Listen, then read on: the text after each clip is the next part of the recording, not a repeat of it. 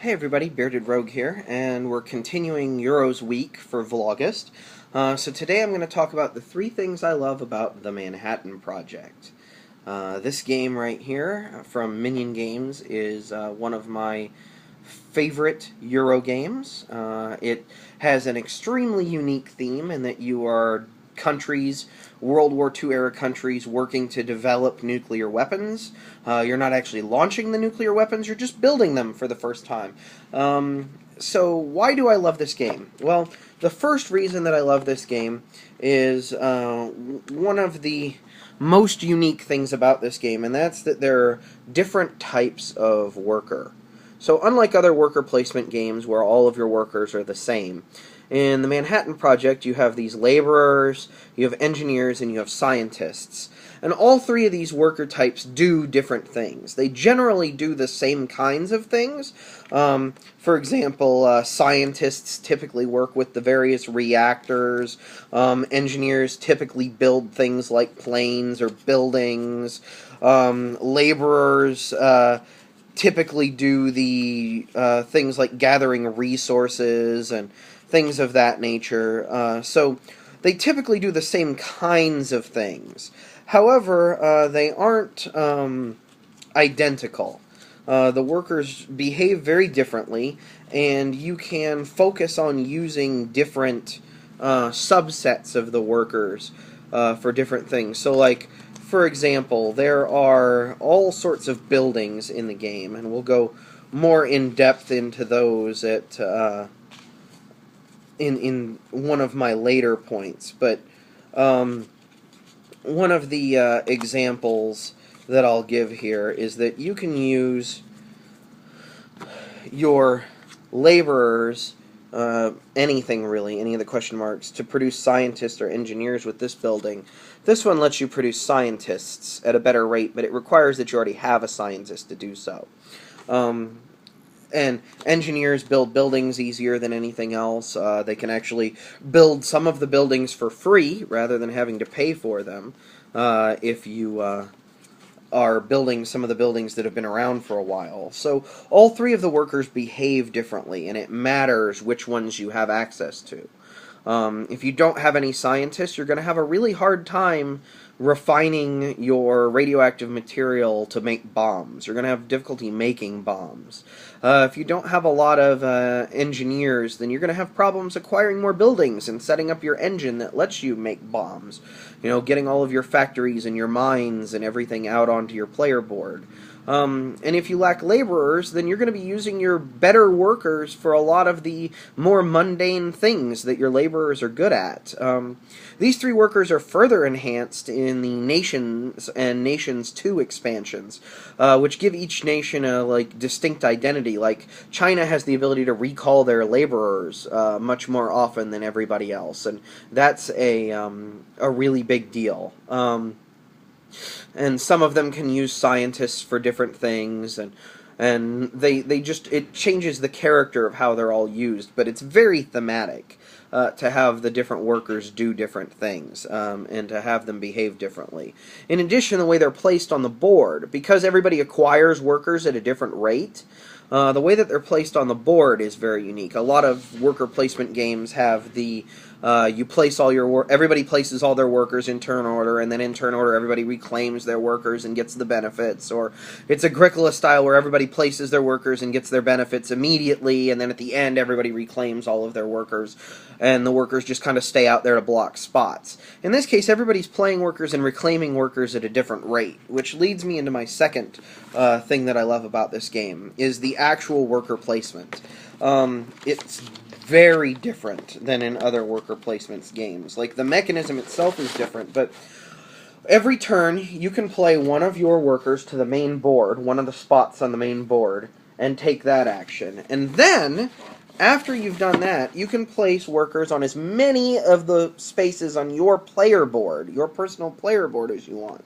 So over the course of the game, you'll build various buildings, like this university, maybe this factory, you may grab this mine, and you'll start building yourself an engine of things that produce workers, produce the resources you need to make bombs, enriching those resources to make uranium or plutonium so that you can finally turn them into bombs, which are the victory points of the game.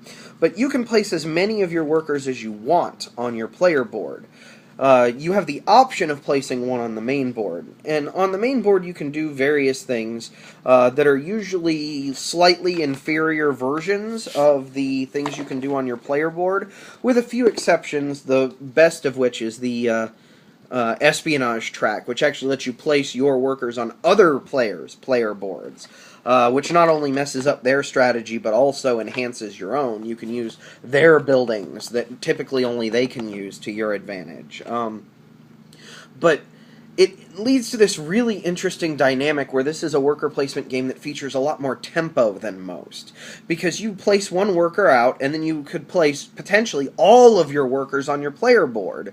And then the next round have to reclaim all your workers. You don't get to do anything that turn except take all your workers back and open up all of your spots. So as the game goes on, you'll play more and more on the player board and less on the main board. As people establish their engines and start driving it towards the end game. And I really love that. Like, it has this feel almost like of a deck builder, like a Dominion-style feel, wherein everybody's building their engines at the same time, and then suddenly everybody is off to the races, triggering their engines over and over again to get towards the victory condition of the game and the points that will win them the game. And that's just a really interesting dynamic that I've never really felt in another worker placement game. Most worker placement games aren't nearly as engine-buildy as this. It's much more about action selection and denying your opponents the actions that they want. You aren't always getting your first choice, but you're denying your opponents their first choice and then taking advantage of that. This is very different feel to it, and I really like that feel. It makes it stand out as a game. So that's the second thing I like, is just the whole mechanism of worker placement in this game with the unique workers, the player board, the way all of that works. The third thing that I like is the victory condition of this game. And the victory condition is very straightforward, just like in the actual era of World War II, where everyone was racing towards nuclear weapons. It is a race. It's very much an arms race, as everybody's trying to get to nuclear capabilities quicker than everybody else. And so the game ends whenever one person has a certain amount of points in bombs constructed. The only thing worth victory points are bombs. Building them, either uranium or plutonium, loading them on planes so that they're ready to be used.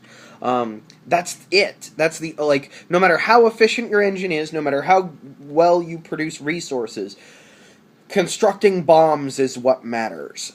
So you have to build everything with a focus on these. And because these are kind of set out ahead of time, there's a certain number set out according to players, and whoever selects the design bomb action on the main board right here, which takes an engineer and a scientist, thematically you need both an engineer and a scientist, they get to pick the first one, and then they also get whatever's left at the end. So if you select the action, you get two options. You still have to be able to construct them, so you still have to gather the resources that they need, and then also place the workers on them to build them.